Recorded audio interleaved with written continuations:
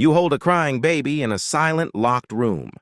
The walls isolate you from the outside world, leaving you alone with the exhausting pressure of keeping a tiny human alive. For 99% of human history, this crushing isolation would make absolutely no sense. For roughly 300,000 years, parenting was never a solo job. How did your ancestors raise children without strollers, cribs, or formula? If you traveled back to the Pleistocene, the epoch spanning the last major ice ages, you would find a completely different reality.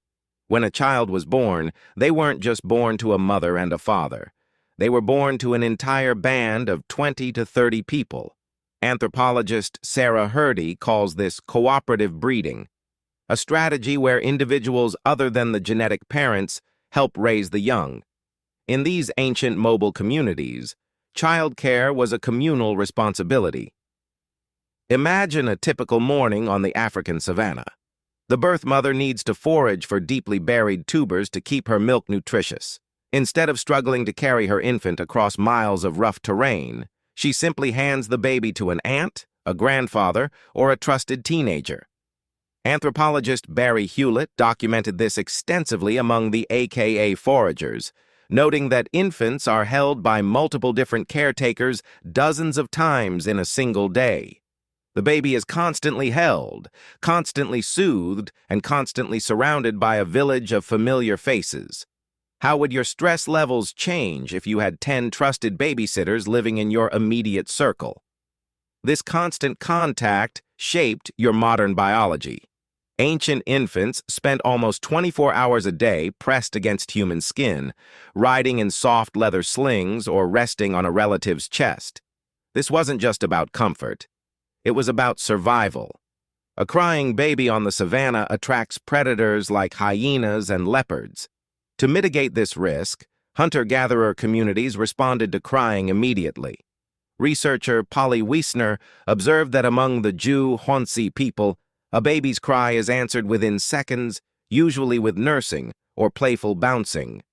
But there is a counterintuitive twist to this ancient upbringing. While early childhood was deeply protective, it was also remarkably free from adult control. There were no structured lessons, no organized sports, and no protective safety gates. Children learned by exploring the wilderness completely unsupervised. They played with sharp sticks, handled fire, and tracked small animals around the edges of the camp. Anthropologist James Sussman notes that this absolute autonomy fostered incredible self-reliance and emotional resilience from a very young age. Today, you live in a world of unprecedented safety, yet modern parenting feels more overwhelming than ever. You track sleep metrics on smartphone apps, buy specialized plastic toys, and worry endlessly about milestones, all while trapped behind the walls of a single-family home. Your ancient ancestors had none of these tools, but they had each other.